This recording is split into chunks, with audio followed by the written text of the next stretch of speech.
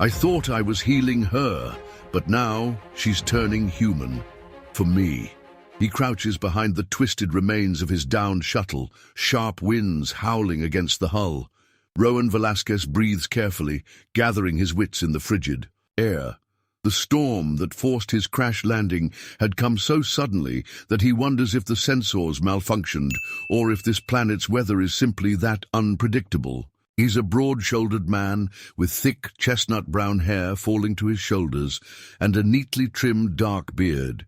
His arms and chest are inked in geometric tattoos, patterns he's traced countless times in moments of anxiety or concentration. Right now his heart pounds, and the cold stings the scars etched into his tanned skin. His breath spills out in clouds, and each exhalation reminds him he's still alive, if only barely. The night sky above is bleak and endless, swirling with icy flakes that almost look like volcanic ash drifting against the darkness. He runs a hand over his face, feeling the grit of frost forming in his beard. The battered remains of his small craft provide limited shelter, but at least it's something. He's no stranger to survival situations. He was a field medic in the military, after all. But there's a difference between training simulations and being stranded on an actual frozen wasteland. Still, the principle remains the same.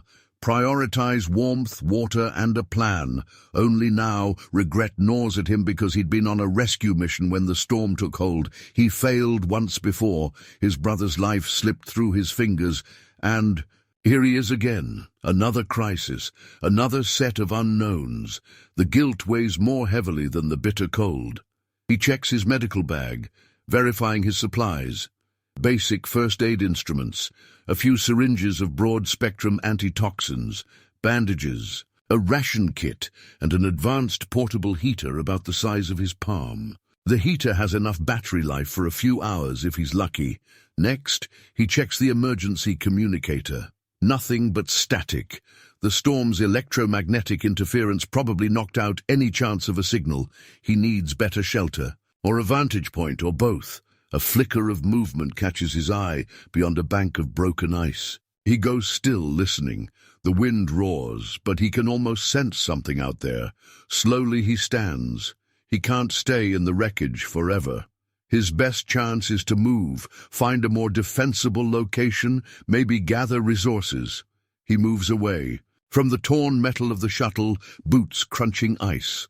The thick jacket he wears does little to repel the biting chill. But it's all he has. He scans the horizon. Everything is white and grey, tinted by the dim light of a distant sun. The planet is locked in a kind of permanent twilight, the sky roiling with storm clouds.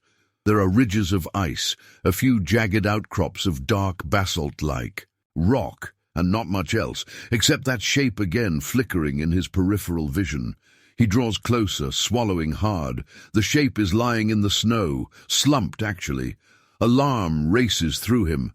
It looks like a person. He steps closer, adjusting. The rifle slung across his shoulder, though it's half frozen and nearly useless. Kneeling carefully, he sees it's someone with skin dark as basalt, almost blending with the icy ground around them. She is tall, lean, with limbs that appear strong and wiry. Her face is turned away from him, half buried in a snowdrift, but he notices hair, the color of midnight with a faint sheen of blue in the sparse light. He also notices a faint trembling in her shoulders. She's alive, but injured or possibly ill. His medic instincts override any hesitation. Brushing aside shards of ice, he carefully turns her onto her back. She's surprisingly light in his arms, though taller than most humans he's known. Her skin is cold to the touch, though it bears strange, faintly iridescent striations that remind him of frost patterns. Her ears taper upward, the edges tinted a dusky violet, and her eyes are closed. Her clothing is made of a dark, sleek fabric, reinforced with a battered leather-like thermal layer, battered from the climate. When he checks for a pulse, he's startled at how irregular it feels. He can't tell if it's too slow or too fast. Her anatomy might be different from a human's. She shudders beneath his hands, a small moan escaping her lips. There's a dark patch of something near her abdomen, as if she's been wounded. He peels back part of her garment to inspect. A jagged tear in her side seeps a strange fluid, not exactly blood. It's thicker, darker. She could die from exposure and infection if he doesn't do something. He tells himself that she may not even be friendly, but leaving her here to freeze would be unforgivable. He's already lost too many people. Clenching his jaw, he lifts her carefully, ignoring the protest of his cold, stiffened muscles. He trudges back to the wreckage and sets her down inside, out of the direct assault of the wind. The interior of the shuttle is half collapsed, but one corner remains intact enough to block the worst of the elements. With the meager supplies he has, he activates the portable heater, placing it near her. Then he rummages through his med bag, extracting a canister of antiseptic foam. Carefully, he cleans the wound, noticing a sticky, whitish substance around the edges. It looks like some kind of parasitic infection or frost-borer worm entrance, but he's only speculating based on local scans he managed to read prior to crashing. He's prepared for a variety of off-world pathogens, though he's not certain anything in his kit will help. He tries anyway. The antiseptic fizzles against her skin, and he's relieved that it doesn't produce an outright chemical burn. Gently, he applies a broad-spectrum antibiotic from one of his syringes, pressing it into the cold flesh near her wound. She jerks, eyes snapping open for an instant. They lock gazes. Her eyes are a deep violet with hints of cyan swirling like trapped light beneath the surface. She makes a sound, a low hiss, or perhaps a word in her language. He speaks softly, pressing a hand to her shoulder. "Easy," he says. "I'm not here to hurt you." She looks at him with stunned confusion, something almost feral in her gaze, and then she convulses in pain. He keeps his voice calm. He's done this many times for soldiers in the field. "I need to treat you," he says, gesturing with the medical tools, "or you'll die." She mutters something he can't understand, and her eyes flutter shut. Again, he works quickly, bandaging the wound, administering a second shot of medication for possible parasites. It's guesswork, but it's better than nothing. Then he drapes her with an emergency thermal blanket, tucking it around her shoulders. He can feel the tension in her body slowly lessening as the warmth seeps into her. He notices the faint twitch of her ears, the subtle flaring of the frost-like markings along her cheekbones.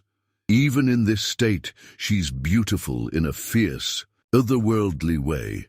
He tries not to dwell on that.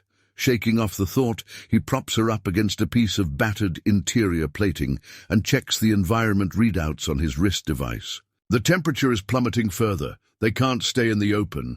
He starts searching the ruined cockpit for anything that might help them survive. Ration packs, an intact comm device, or flares. The power core is cracked, so the shuttle won't be generating any heat for long.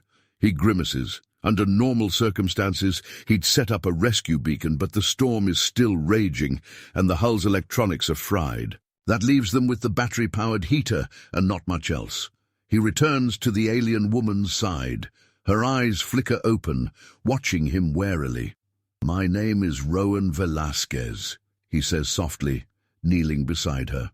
She doesn't respond immediately, just stares with a mixture of suspicion and pain. Then in heavily accented standard, she manages a whisper. "Lirae'na." Her voice is low, raspy, as if speech costs her tremendous effort. He nods, offering a reassuring smile. "Lirae'na," he repeats, carefully pronouncing the syllables. She winces again, pressing a hand against her wounded side. She breathes through clenched teeth, forcing out a few more words. "Why? Help?" He bows his head, exhaling. "Because I can," he answers simply. "And because I owe a debt to someone I lost." He doesn't elaborate. Her violet eyes narrow slightly, but she says nothing more. She's clearly too weak to argue. The wind outside roars again, and a chunk of debris rattles. Rowan glances, around for anything that could serve as insulation or a windbreak. "We have to find better shelter," he murmurs, mostly to himself. Lirae'na moans softly, shivering despite the heater. Clutching the rifle, he creeps to the shuttle door and peers out. The visibility has worsened, swirling ice obscuring the horizon. But he thinks he sees a ridge of rock in the distance, a possible cave or overhang.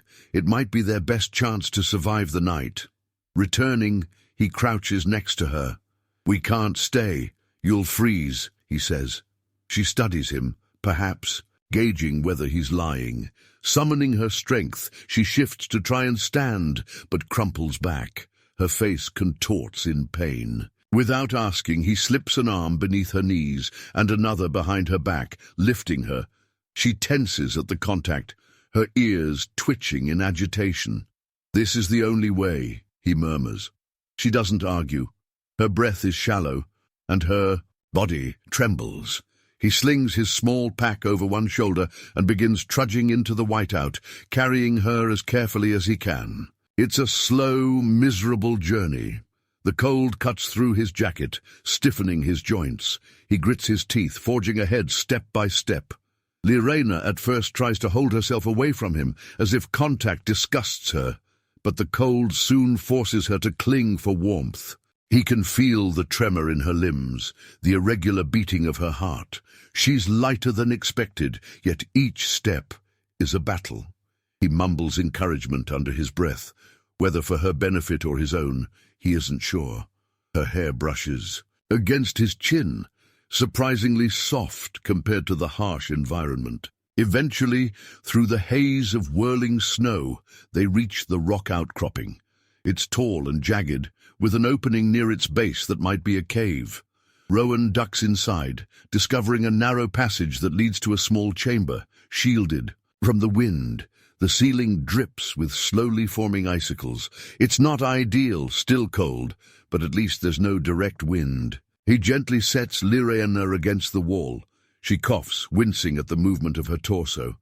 He rifles through his bag, pulling out the heater and turning it on, setting it near her. He checks the bandage on her side. The fluid is still oozing, but less than before. He hopes the antibiotic and parasite killer are helping. She lifts her gaze to him, her expression fierce even though her body is clearly exhausted.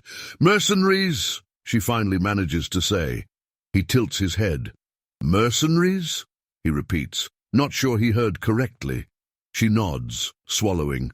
"Humans, drilling tombs."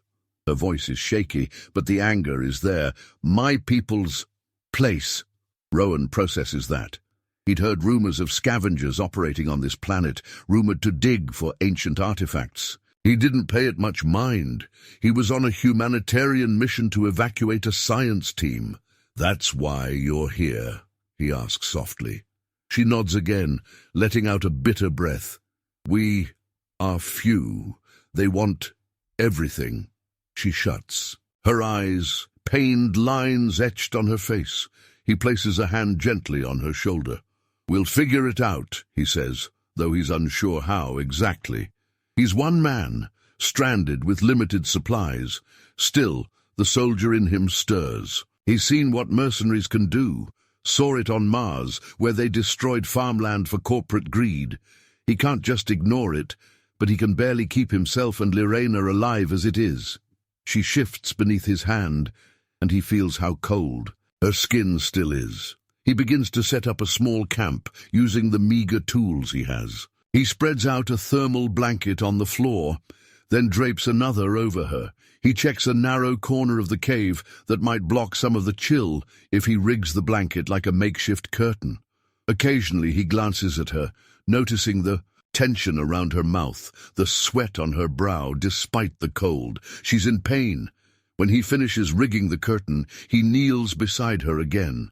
"I need to examine that wound," he says calmly, ignoring the flutter in his stomach. He's not sure how she'll react, but she reluctantly nods. When he peels back her layered clothing, he sees the bandage is already soaked through. The edges of her basalt-dark skin show a strange whitish film that reminds him of an infection. Carefully, he peels away the bandage. She hisses, baring her teeth in pain. He notices something embedded in the wound, a small, wriggling entity, like a pale worm. He swallows, trying not to show alarm. The antibiotic might have partially slowed it, but it's still there, attempting to burrow deeper.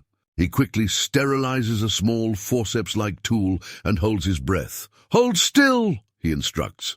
She braces herself, one hand gripping the rocky ground. He inserts the instrument, hooking the writhing parasite. She jerks in agony, a ragged cry escaping her lips. He clenches his jaw, praying he won't do more damage than good. With one swift motion, he pulls the creature free. It thrashes in the air, about the length of his finger, pale and translucent. Without hesitation, he crushes it under his boot. A thin spatter of fluid soaks into the ice and rock. Lirae'na's breathing hitches, tears glistening in her violet eyes as she fights not to cry out again. He flushes the wound with antiseptic, hands trembling. She moans, but doesn't push him away. "It's out," he murmurs. "I hope I got all of it." She opens her eyes, focusing on him, still filled with pain and perhaps a hint of gratitude. "Thank you," she manages. He nods, applying a clean dressing. "I only did what anyone would," he says softly. She scoffs, a cold, bitter sound. "Not humans, I know," she mutters, but then she coughs, as though speaking taxed her last strength.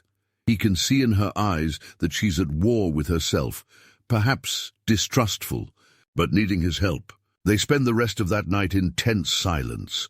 Rowan tries to keep the heater functioning, but the battery flickers ominously.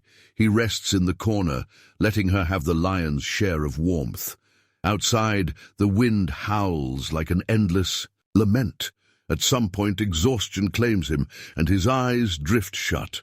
When he wakes, the storm has eased, though the temperature remains lethally low. Lirae'na is awake, hunched under the blanket. He crawls closer. "How's the pain?" "I must." They wait until evening, when the murky twilight grows even darker, providing some cover. Then they slip down into the basin, using the rocky outcroppings as concealment. Lirae'na moves with uncanny stealth, her basalt dark, skin blending into the shadows. Occasionally she gestures for Rowan to pause while a mercenary passes.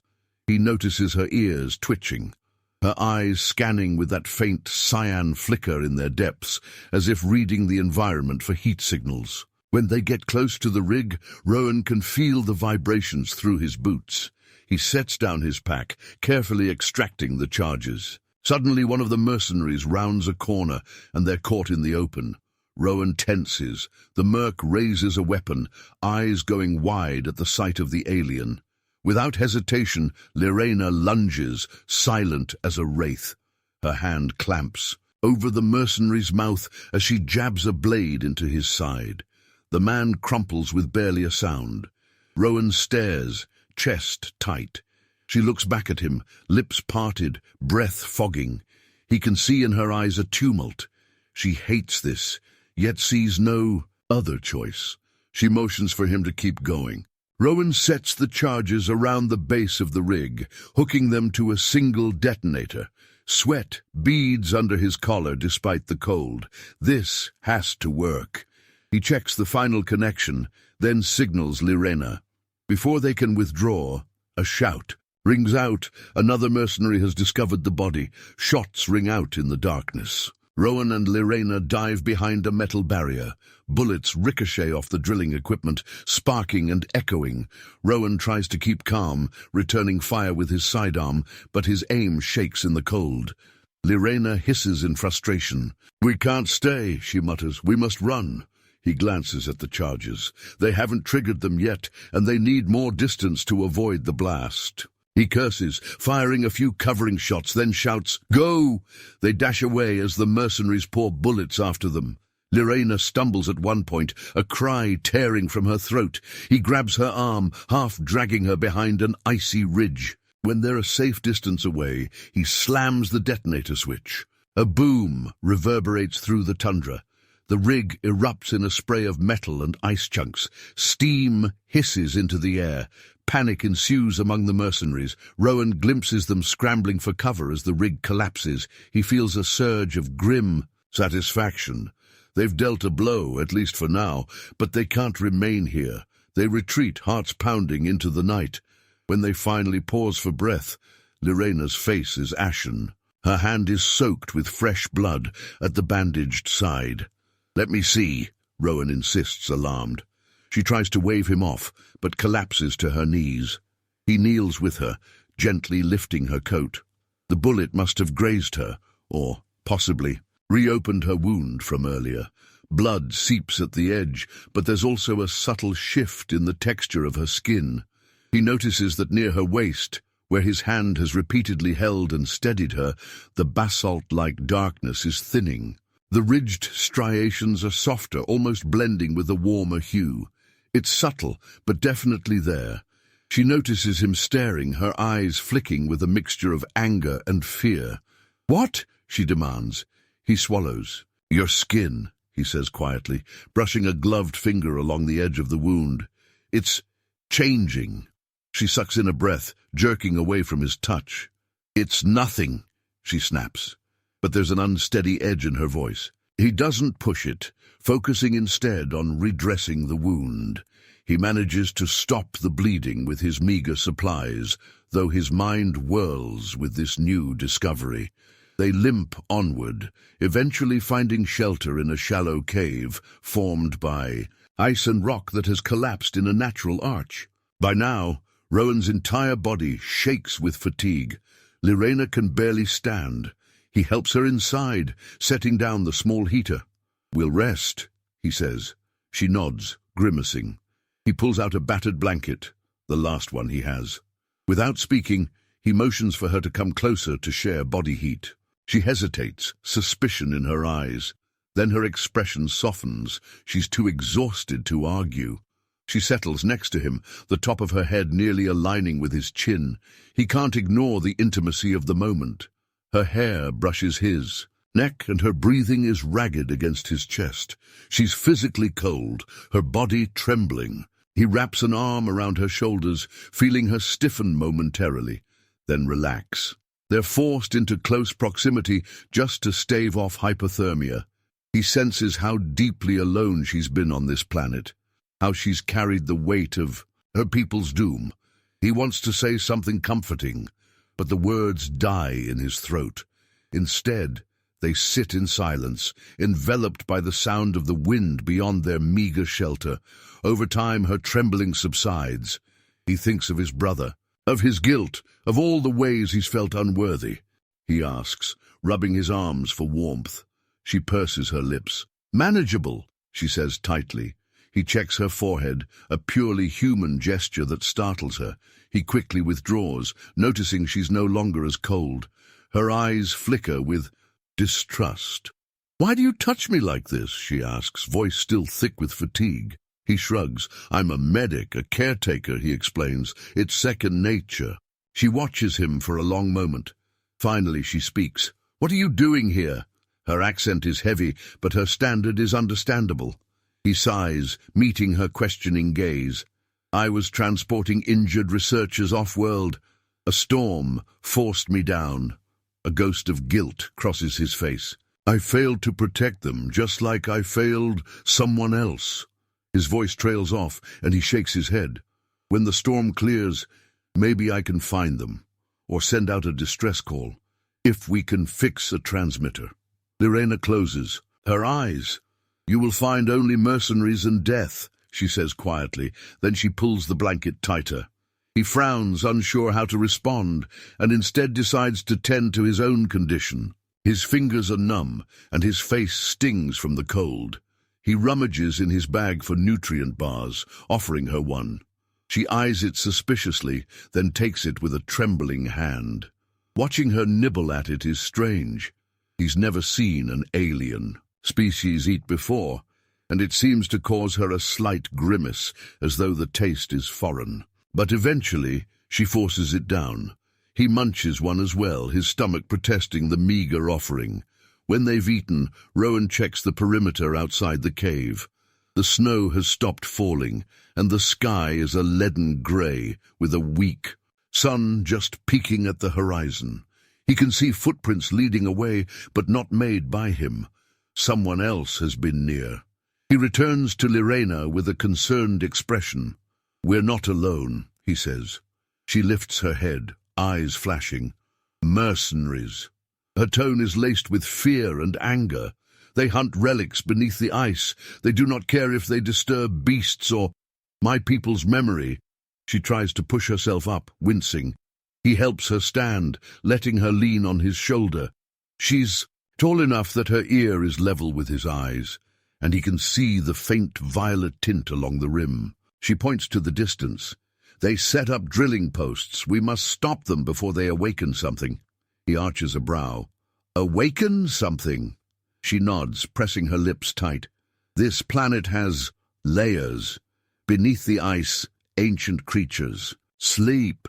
My ancestors sealed them long ago. Drilling could break that seal."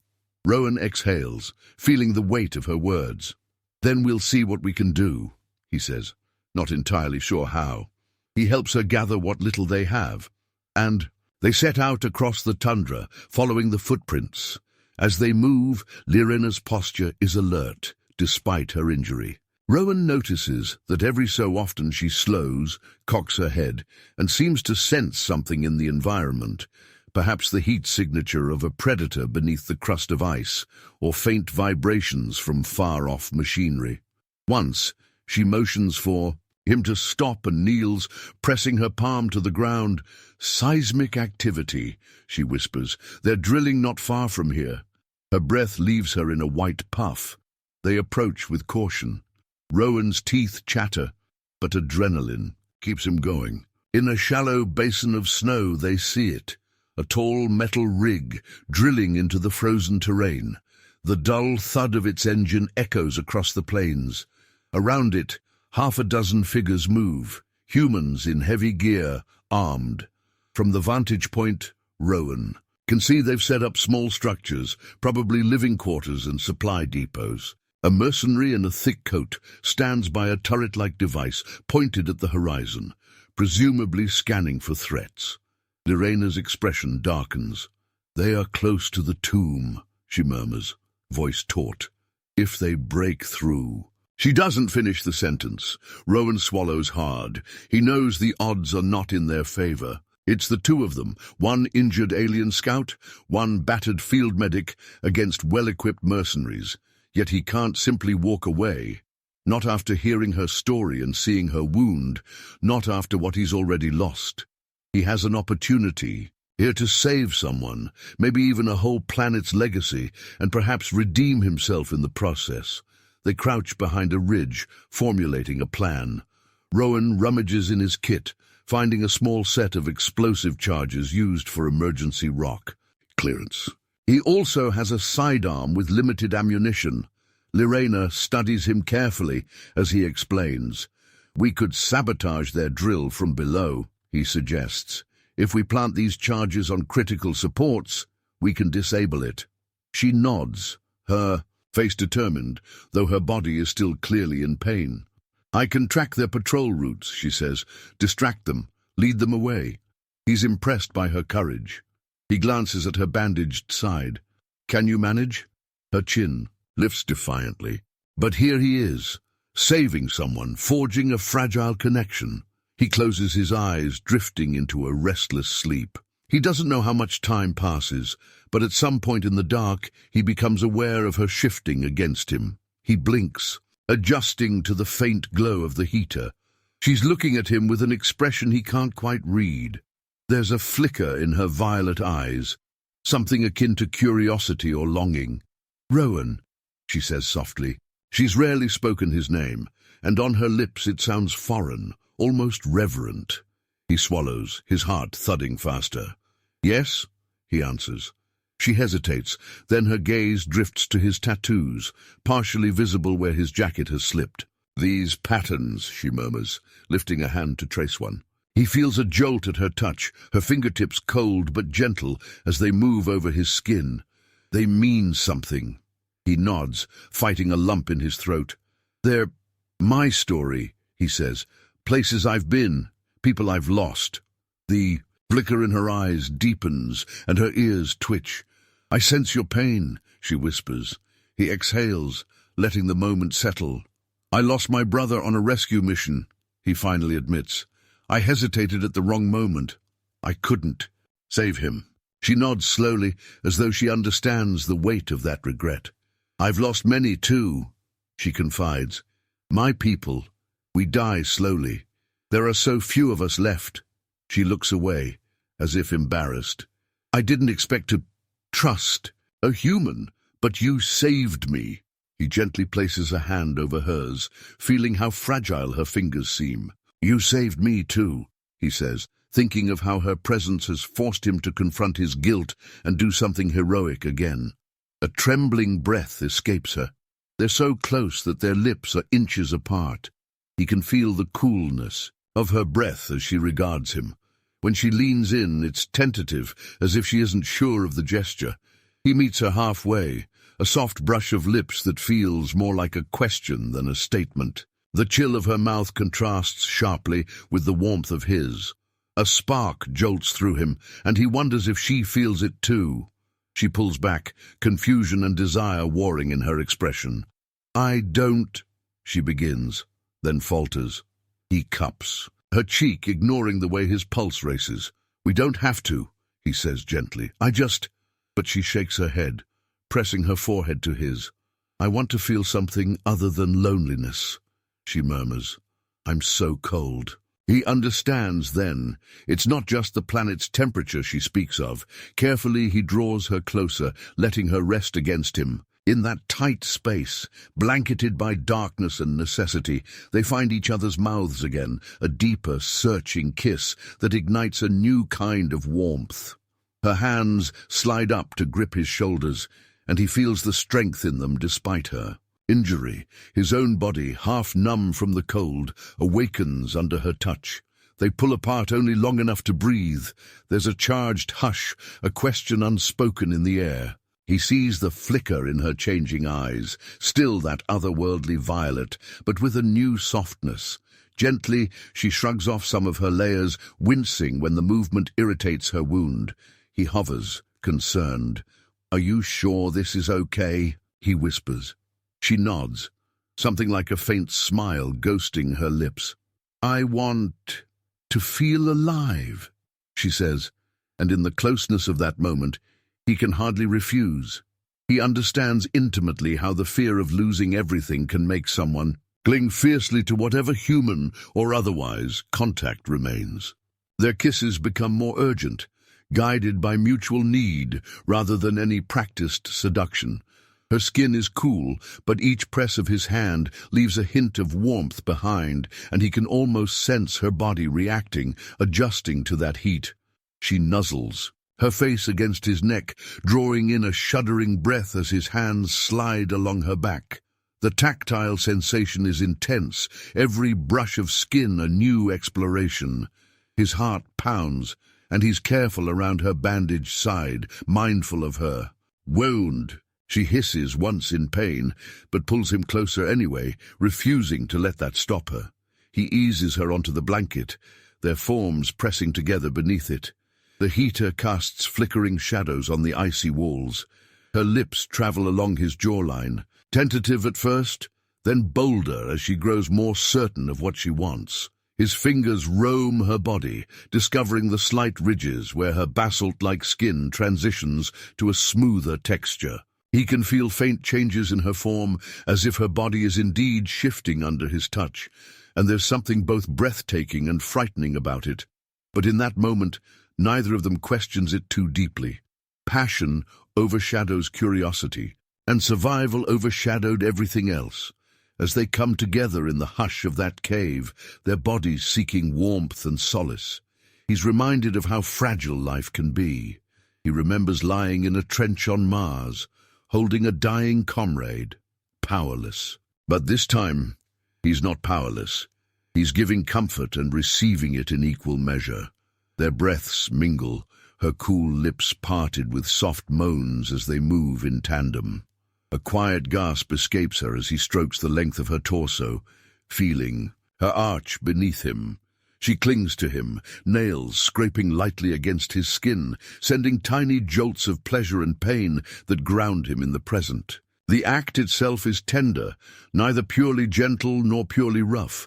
It's a desperate need for closeness in a hostile world that might kill them tomorrow. The friction of his body against hers ignites a steady heat. He notices how her ear twitches when his lips brush that violet-tinted edge. He notices how her eyes shine with an intensity that seems to reflect starlight that isn't even visible.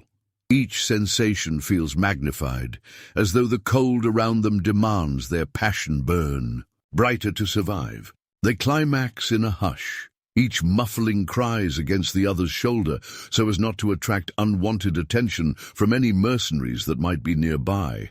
When the waves subside, they collapse together, breathing unevenly, hearts pounding. She lies half-draped over him, her ear against his chest, listening to the steady drum of his heartbeat. He strokes her hair, feeling the fine strands slip through his fingers like shadows. Their bodies are slick with sweat despite the cold, and the heater's dim glow highlights the faint sheen on her changing skin. For a long moment neither speaks. Then she lifts her head, eyes catching his. "I have never—" she starts, voice hushed, but she doesn't finish. Perhaps she means she's never been this intimate with a human, or anyone at all in such a desperate context. He brushes a kiss to her temple. "Me neither," he whispers, "though he's had lovers before. Nothing has felt quite like this, so raw, so necessary for survival." He notices a subtle difference in her features. It's not drastic, but the faint ridges near her temples have softened slightly, and her cheeks bear a subtle flush that might be the first hint of pink he's seen in her. His stomach flutters with both excitement and concern. They drift into a sleep-like haze, limbs entwined under the blanket. When Rowan wakes, hours later, he's stiff from the cold and from lying on hard ground, but he's still wrapped in her warmth. She stirs, blinking groggily. The wind outside has died down somewhat, but a heavy stillness presses on them. Lirae'na sits up, carefully touching her side. The bandage is still in place. She examines her abdomen, her expression darkening. Rowan can't ignore it either. Her basalt-like complexion is no longer uniform. There's an area around her waist, shaped almost like his hands might have been, where the skin is a softer shade, resembling bruised human flesh with dusky undertones. She tries to steady her breathing, but her eyes flash with alarm. He props himself up on one elbow. "Lirae'na," he says gently, "it's okay." She shakes her head, panic evident in her voice. "No, it's not. This is my body. I cannot lose." She cuts herself off. He reaches for her hand. "We'll figure it out," he says, trying to keep his voice calm, though he's as unsettled as she is. "Your species adapts, right? That's what you told me. Maybe this is just another adaptation." She stares at him, tears threatening to form in those violet eyes. "We shift for survival," she admits, "but never like this. This is human." Her voice trembles on that word. He sits up fully, pulling her close so she can rest against him. "I don't want to take anything from you," he whispers. "I never wanted that." She closes her eyes, as though trying to will the transformation away. Then she forces herself to steady her breathing. "It happened," she says softly, "and it might continue." He nods, not sure what to say. "If you want me to keep my distance, I will," he offers, though the thought pains him. She pauses, then curls her fingers around his. "No," she murmurs, "I don't want that." The admission is quiet, but it speaks volumes.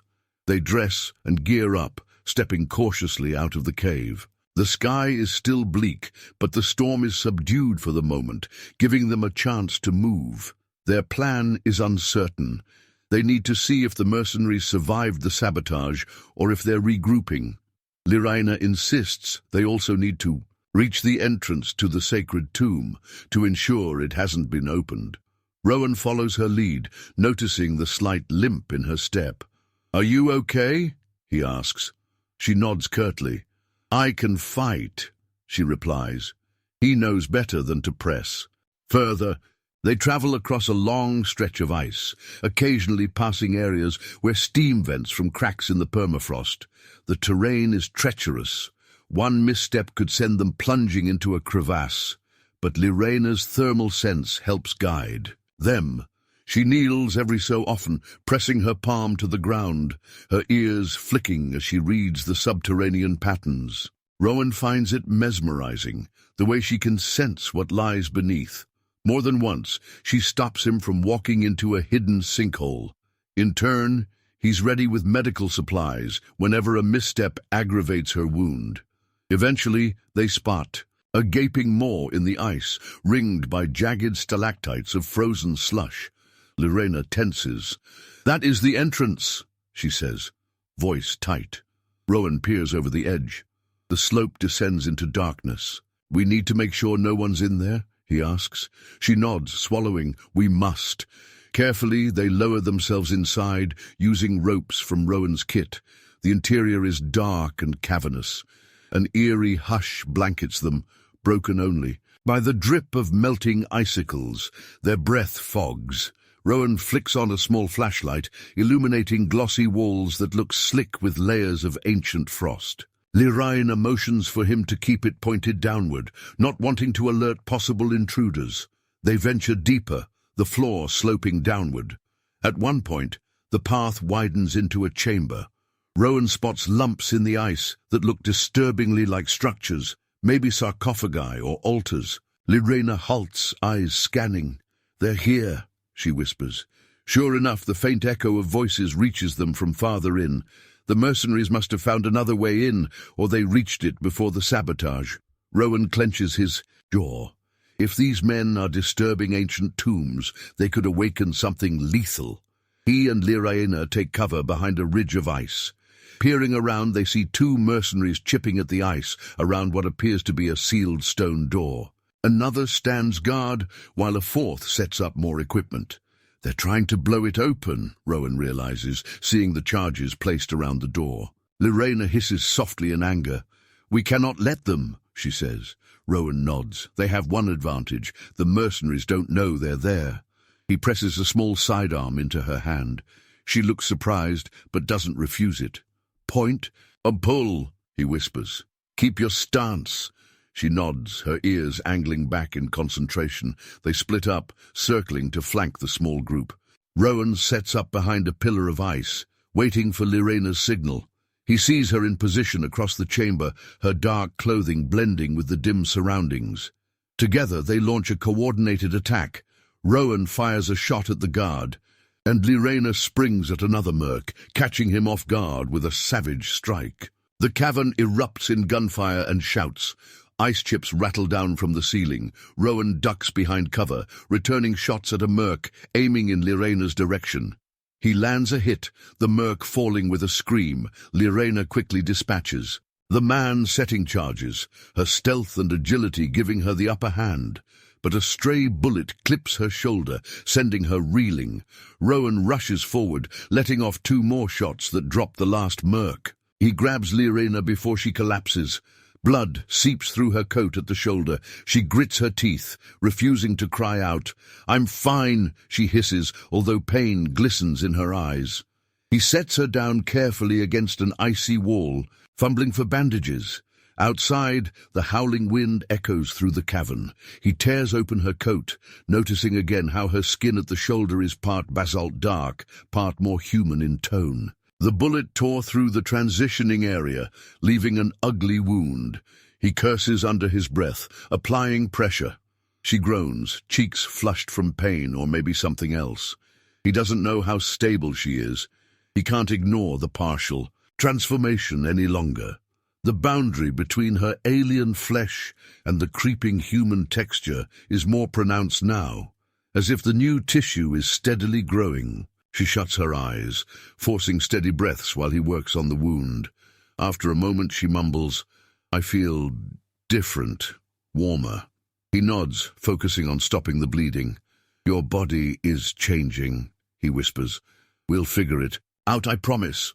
Her eyes open, locking onto his. "I trust you," she says, and the confession nearly breaks him. He presses a final bandage to her skin, then kisses her brow, relief mixing with fear.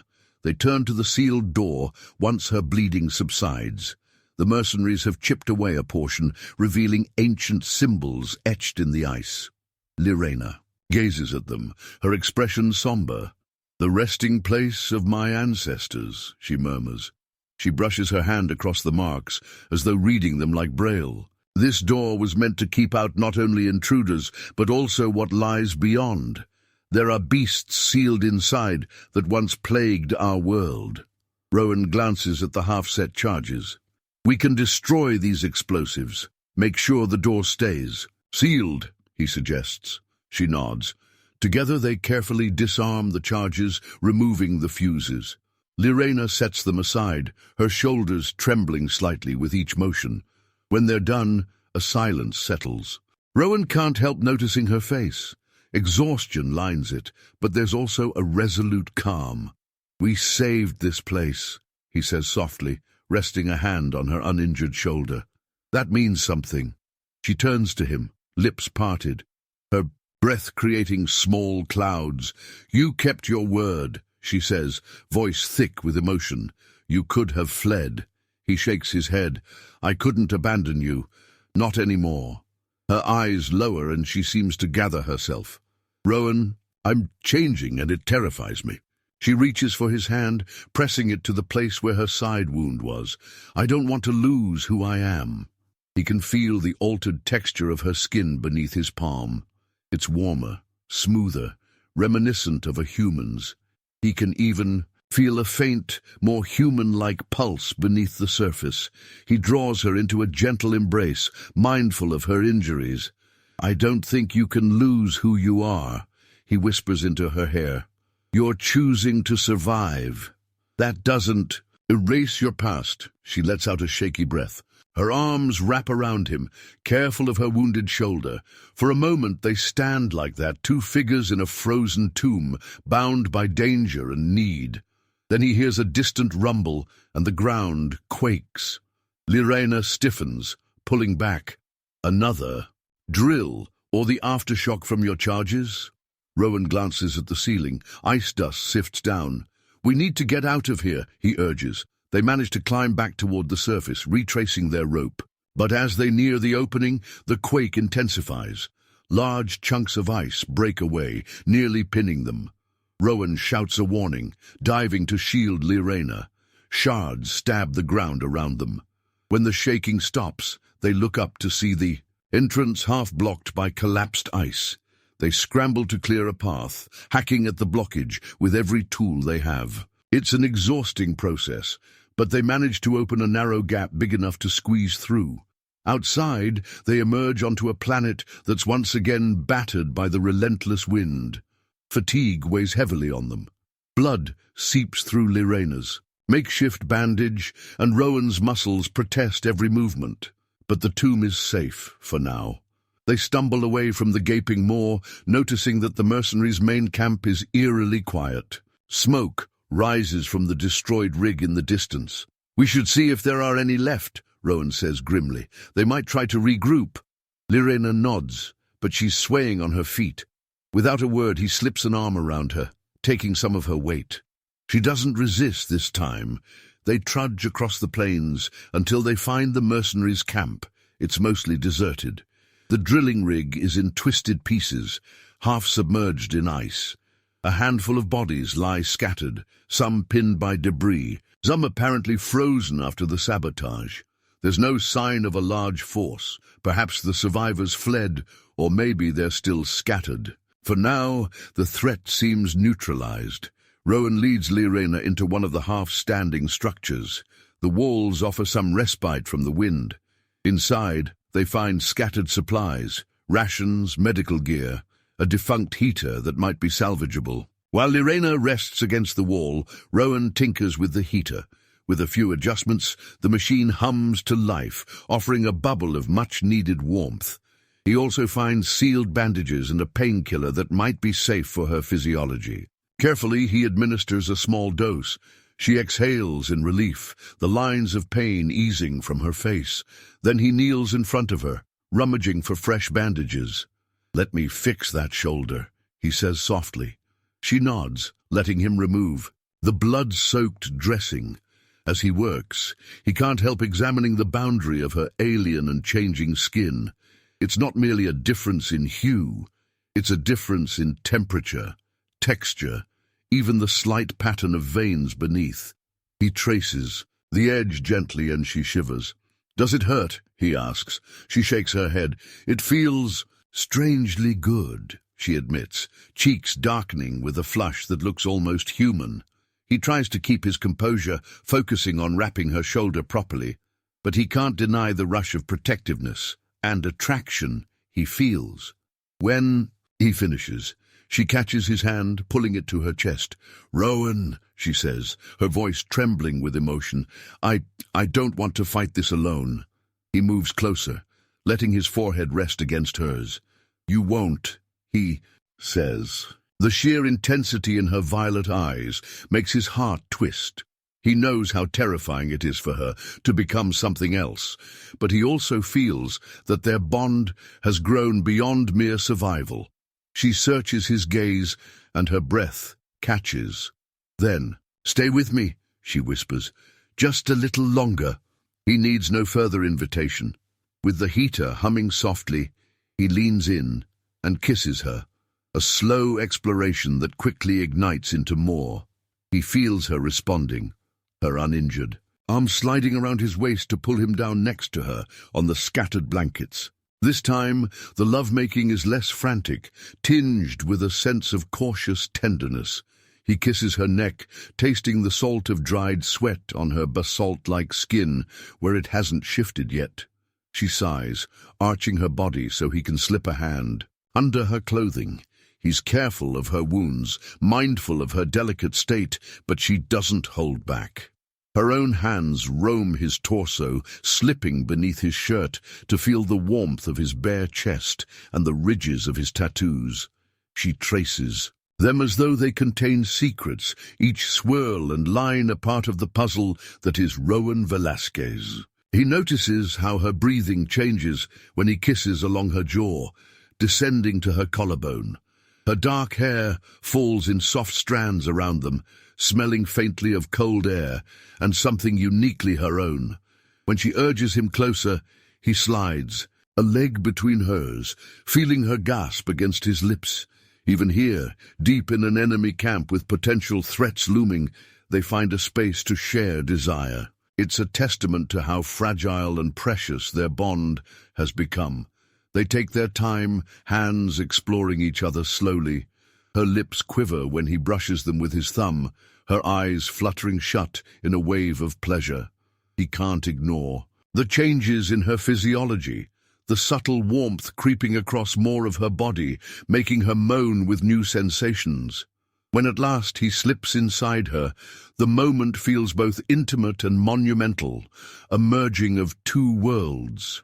Her cry echoes softly in the battered structure, mixing with his low groan. There's a tenderness to their motions, yet an undercurrent of urgency, as if they're aware that time might be short.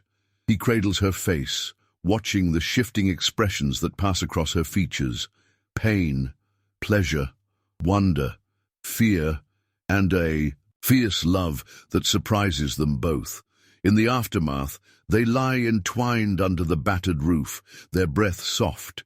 She rests her head on his chest, ear angled so she can listen to his heartbeat.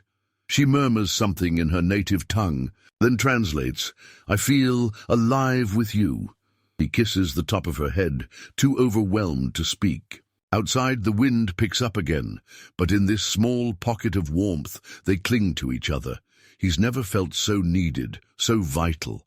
It makes him think maybe he can forgive himself, that he doesn't have to let his brother's memory define him as a perpetual failure. Eventually, they know they must move. The planet's cold won't relent, and any surviving mercenaries might return with reinforcements. They gather up the supplies they've salvaged: better jackets, a fresh supply of rations, and a small sidearm for Lirae'na. Rowan quickly checks the camp for a functional comm device. There's a terminal in the corner with a shattered screen, but the communications panel might still be intact. With some tinkering, he manages to power it. Static crackles through the speaker. He tries to broadcast a signal, but the system is locked behind mercenary encryptions. While Rowan wrestles with the device, Lirae'na stands guard, scanning the horizon for movement. He's about to give up when a flicker of response crackles on the line. He hears a voice in some coded language, possibly mercenary chatter. He quickly shuts it down. "They're definitely not friendly," he mutters. Lirae'na meets his gaze. "Then we leave. That is best for both of us." He nods, powering down the device. They head out, deciding to travel beyond the mercenary territory, where they might find a more secure spot to call for help or wait for rescue. Lirae'na wants to put distance between her sacred tomb and any new threats, though she's unwilling to abandon her planet entirely. "Wherever we go, I will return," she vows. Rowan senses her resolve is iron. He won't stand in her way. The journey is grueling. Days blur into each other as they navigate endless plains of ice. Each night, they huddle for warmth, sharing stories, sharing bodies, sharing hope. With each new day, Rowan notices subtle changes in Lirae'na's appearance. The frost-like patterns across her cheekbones recede a bit, replaced by a dusky tone akin to bruised skin. Her eyes still glow violet, but he swears there's more human-like emotions swirling within them. She's also warmer to the touch, though she retains her uncanny thermal sense. He can't help feeling awed by her adaptability and by the knowledge that it's a direct result of their intimate connection. Part of him fears what that means for her identity, but she seems to be gradually accepting it, no longer flinching from his touch as she once did. During a lull in their trek, they find a rocky ravine shelter that shields them from the wind. She's quiet, gazing at him with an unreadable expression. He can sense something shifting in her mood. When he asks, "What's on your mind?"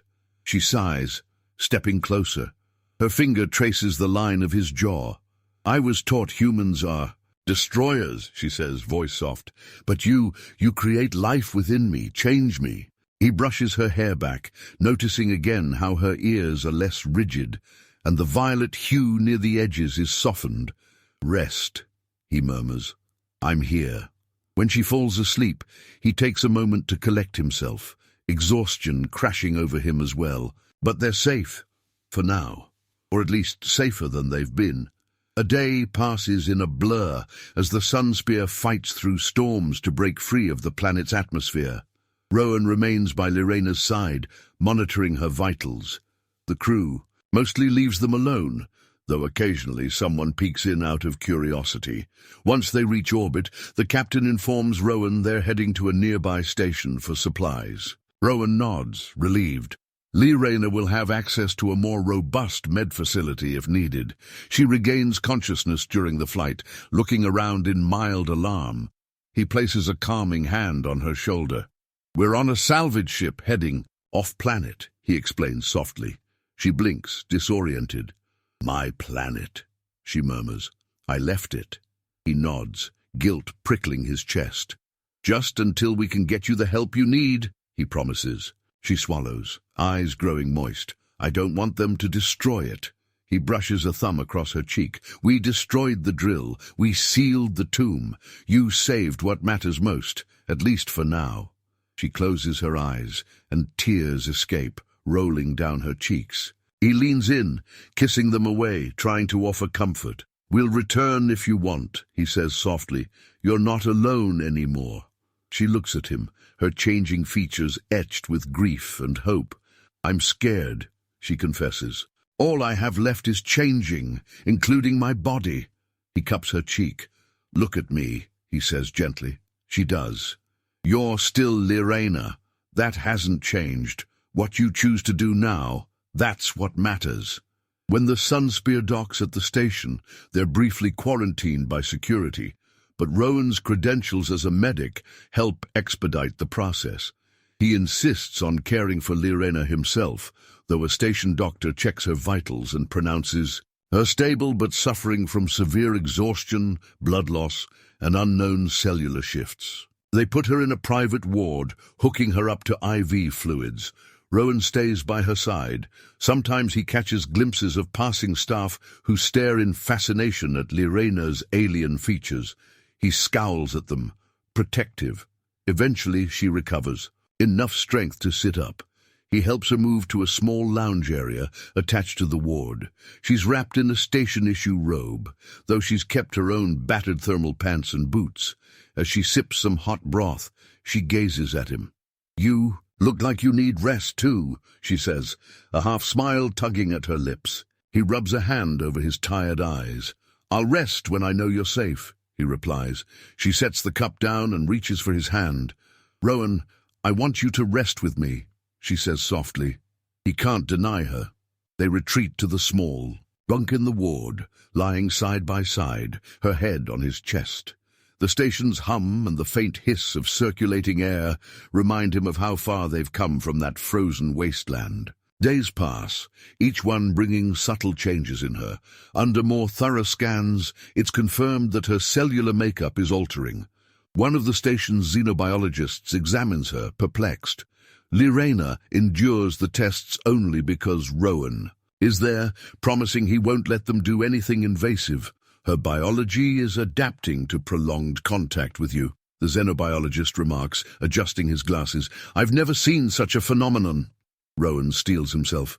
"Is it dangerous?" The scientist frowns.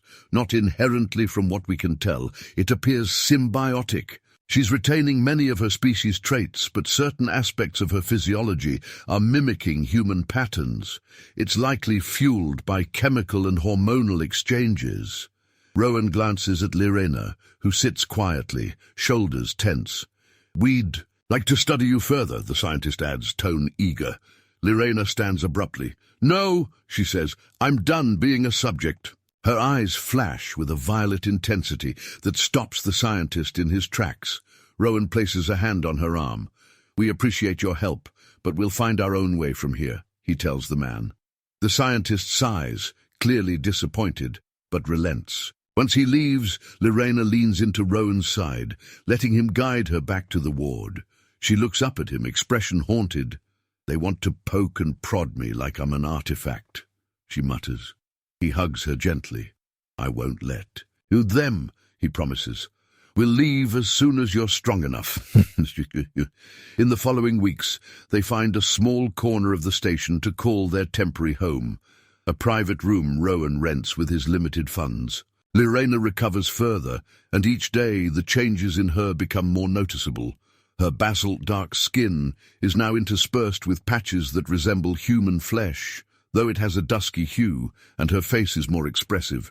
"I do not know if I should hate or embrace it." He captures her hand, pressing it to his chest. "You're not just a victim of me or my species," he says gently. "You're strong. If your body is changing, it's because you're letting it. You're choosing me as much as I'm choosing you." She swallows hard, tears gathering. "Yes," she whispers, "I choose you." They share a lingering kiss, full of heartbreak and promise. Then she rests her head against his shoulder, eyes sliding shut. He holds her like that for a while, feeling the slow, steady drum of her heart, the gentle whoosh of her breath. A sense of peace settles over them, despite the icy environment. Eventually, their path leads them to the edge of an expansive field, where the ice thins, revealing patches of frozen ground that might pass for Earth. There, they encounter new footprints, human ones. Lirae'na tenses, and Rowan readies his weapon. Following the tracks cautiously, they come upon a small group of mercenaries who appear to have lost most of their equipment. Perhaps they were stragglers from the destroyed camp. The men look ragged, but still armed. Rowan and Lirae'na duck behind cover, debating whether to confront them or skirt around. The choice is made for them when one of the mercs spots them. Shots ring out again. Rowan curses, returning fire. Lirae'na disappears around a boulder, using her stealth to flank them. He draws the attention of at least 2 mercenaries, exchanging a flurry of bullets. One whizzes past his ear, and he ducks, heart pounding. Suddenly, the firing stops from one side. He risks a glance and sees Lirae'na has taken one down with a clean shot to the head. She moves swiftly, ignoring the pain in her shoulder. The remaining merc raises his weapon at her, about to shoot. Rowan emerges, firing off a desperate round. His bullet catches the man in the chest, sending him sprawling. Panting, Rowan runs to Lirae'na. She's holding her side again, blood seeping. He clenches his jaw, supporting her weight. "We need to get you medical attention," he says through gritted teeth. She nods, wincing. "I'll live," she insists, but he's not convinced. They rummage through the mercenaries' packs, finding better bandages, a few stim shots, and a functioning short-range comm device. Rowan's pulse quickens. If he can get a signal out, maybe an orbiting vessel or passing ship will pick it up. While Lirae'na watches, he tunes the device to standard frequencies, broadcasting a distress call. Static answers him for a long moment, then a faint voice crackles. "This is salvage ship Sunspear, receiving you on open channel. Who's out there?" Relief floods him. "Rowan Velasquez. We need immediate evac. Coordinates inbound." He tries to relay location data from the device's rudimentary GPS function. "Roger that," comes the scratchy reply. "We'll see if we can get through." Storm interference is high. Lirae'na shifts uncomfortably. "Will they take me too?" she asks, the vulnerability in her tone surprising him. "I won't let them leave you," he answers, though a new worry takes hold. She's an alien who might be met with suspicion. And what about her planet? She's so determined to save it. She glances back at the horizon, as if torn. He touches her chin, guiding her gaze to him. "We'll figure it out," he promises. Over the next few hours, they wait for the sunspear, forced to brace against another wave of icy wind. They find shelter behind a natural rock formation. Rowan helps her bandage the new wound, using the stim shot to numb her pain. She's pale but still conscious, leaning against his shoulder for support. He kisses her hair, murmuring reassuring words. The cold is unrelenting, but they cling to each other for warmth. He's so focused on her that he almost misses the shape that appears in the stormy sky. A vessel descends, buffeted by wind. It's a rusty-looking salvage ship, but it's their best hope. It sets down with a clang, and the cargo ramp lowers. A man in a thick coat emerges, scanning the area with a wary expression. Rowan helps Lirae'na to her feet, and together they approach, rifles lowered to show no threat. The man's eyes widen at the sight of Lirae'na, but he doesn't open fire. Instead, he hollers back into the ship, "We got ourselves a wounded alien and a medic, looks like." Rowan exhales, tension leaving his shoulders. They carefully board, the cargo bay frigid but still warmer than the outside. Lirae'na's posture is guarded as she takes in the humans around her. The crew is small, just a handful of salvagers looking for scrap. They stare at Lirae'na, but don't interfere when Rowan explains she's his companion, injured, and needs medical attention. One crew member nods and points them to a cramped medical station. Rowan thanks them, guiding Lirae'na inside. As the ship rumbles upwards, he sets to work cleaning and stitching her wounds in better light. She grips his hand, her eyes half-lidded. "I'm so tired," she whispers. Her ears remain pointed, though less severe, and her eyes retain their mesmerizing violet-cyan swirl.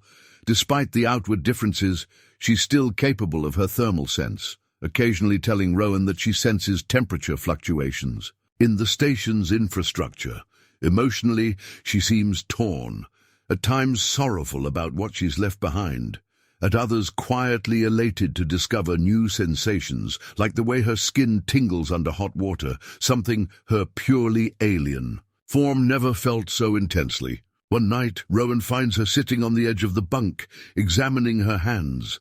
Her fingertips now have subtle whorls, almost like fingerprints.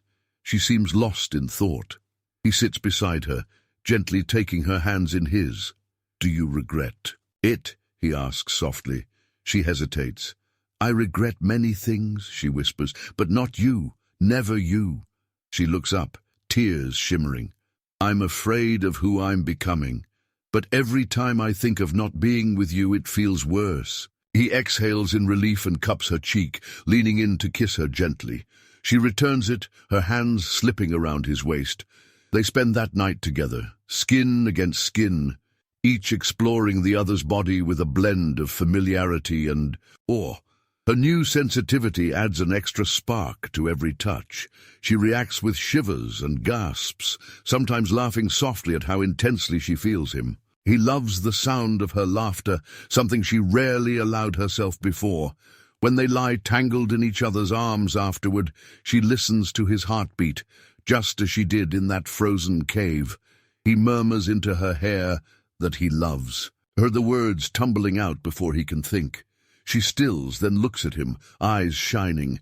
"I love you too," she manages, a bit uncertain, but he can see the sincerity behind her hesitation. He smiles, kissing her forehead. The moment feels so final, so affirming, that he wonders if this is where he was always meant to be. In the days that follow, they discuss their future. She worries about her homeworld, but Rowan assures her that they've destroyed the main drill operation and sealed the tomb. Hopefully, the mercenaries won't return easily. If they do, there are authorities that can be informed, albeit with caution. He suggests they travel somewhere safer, perhaps a neutral planet, where she can continue healing and decide what to do next. She agrees, though her expression remains solemn whenever she thinks about the cold planet she left behind. Before they depart, they finalize their status on the station, ensuring no one can claim her as a test subject. Rowan uses his remaining connections and credibility as a medic to fill out official forms, labeling her as a recognized refugee. It's a fragile protection, but it's something.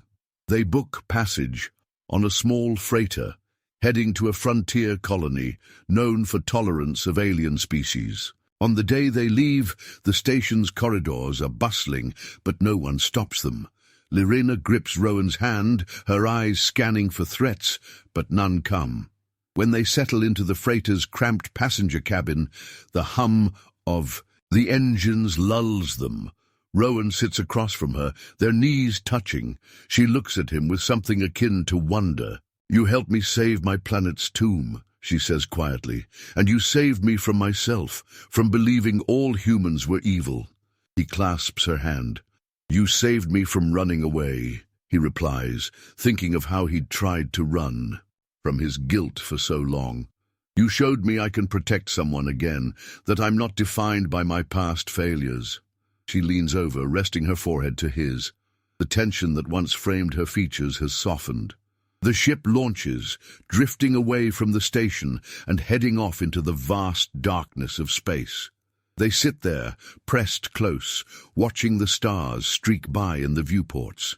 He threads his fingers through hers, marveling at how her hand still feels partially alien, longer fingers, subtle ridges, but also warm, undeniably alive. She catches him staring and cracks a slight smile.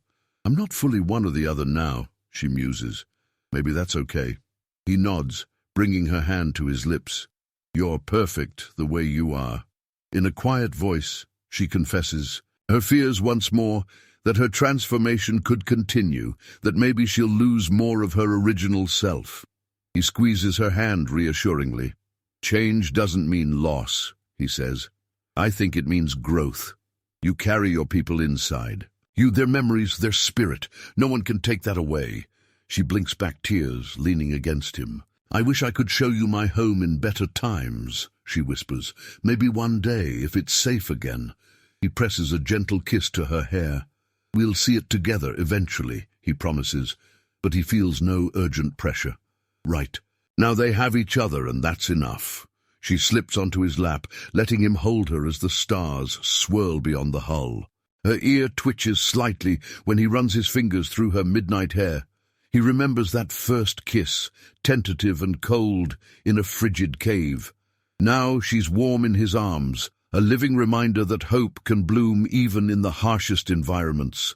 He thinks of his brother, of the haunting guilt that used to plague him. It's still there, a scar on his heart, but not an open wound anymore. By saving Lirae'na, by standing at her side in those frozen wastes, he's proven to himself that he's capable of doing good.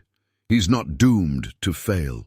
and the redemption he sought feels less about erasing his mistakes and more about becoming someone who can love and protect again. They remain locked in that embrace for what feels like hours, simply existing in the moment, when at last she shifts, gazing at him with eyes that still bear that faint swirl of cyan. She whispers, "What happens next?" He smiles softly, brushing a thumb across her cheek. "We live," he answers. "We find a new home, or many new homes. We see what the galaxy offers, and we face it together." She nods, a delicate hope blooming across her features. "Together," she echoes. The freighter hums, the cosmos unfolds, and in the small cabin they share one last lingering kiss. It carries with it the finality of leaving behind old wounds, yet also the promise of a future they're free to shape on their own terms. Outside, the viewport, distant stars glow with the soft, cold light of infinite possibility. But here, in the warmth of each other's arms, they've already found all the solace they need. And though the memory of an icy planet and its broken tombs lingers, the heart they share now burns with a quiet, unbreakable fire. They have changed each other irrevocably, and in doing so, they have found a love that can endure any cold.